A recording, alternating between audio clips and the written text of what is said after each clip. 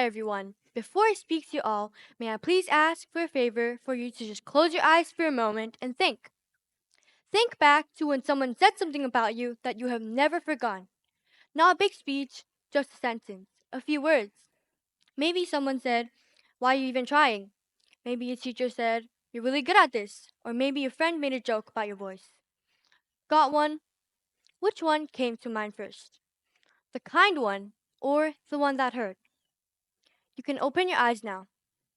For most of us, the one that comes first is the one that hurt. The offhand comment, the joke that landed wrong, and the throwaway line that somehow burrowed into your brain and stayed there for years. Why is that?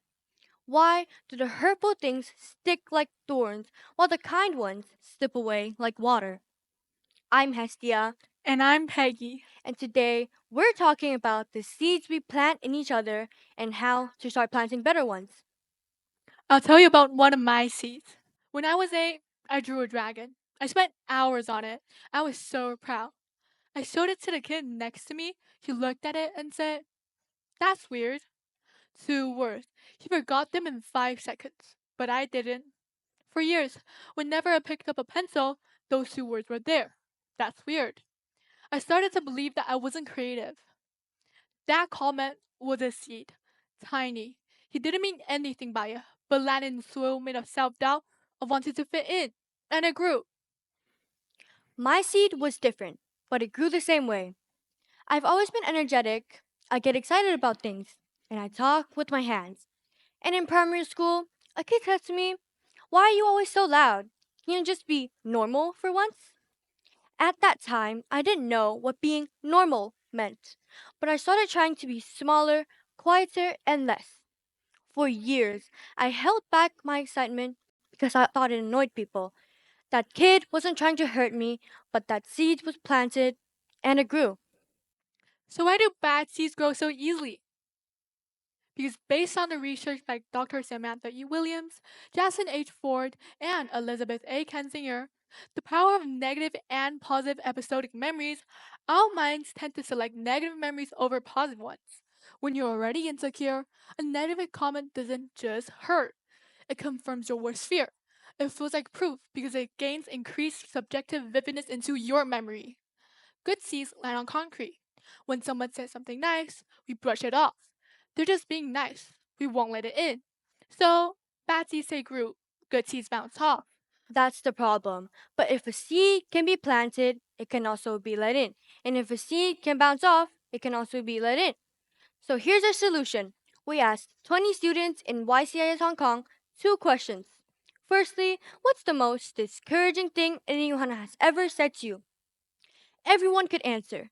They remembered the words, the person, and the exact moment.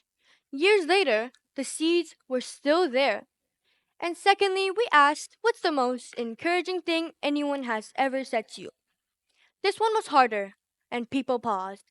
And one person even said, "I don't think anyone has ever said anything encouraging to me." That broke my heart because it's not true. But this proves that the good seeds had been brushed aside so many times, they'd been forgotten. But when people did remember an encouraging moment, they remember it with the same vividness.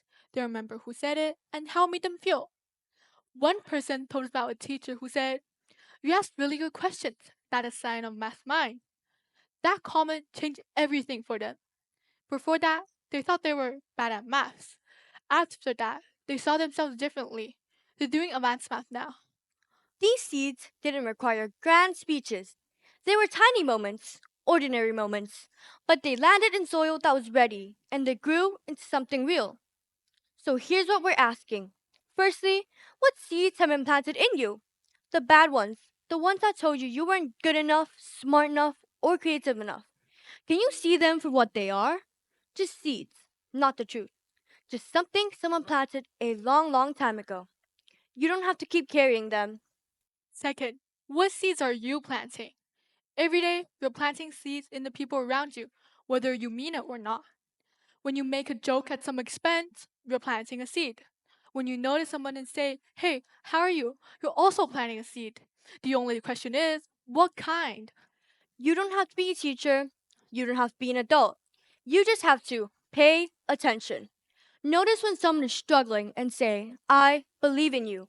Those 4 words cost you nothing, but they might be the first time someone has hurt them in a long time. And one more thing, let the good seeds in.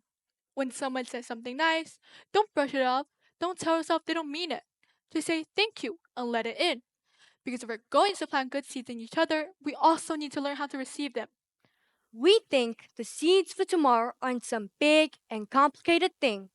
They're in the words we talk to each other today, in the hallways, in the classrooms, in the moments we decide to notice someone, to encourage someone, to believe in someone.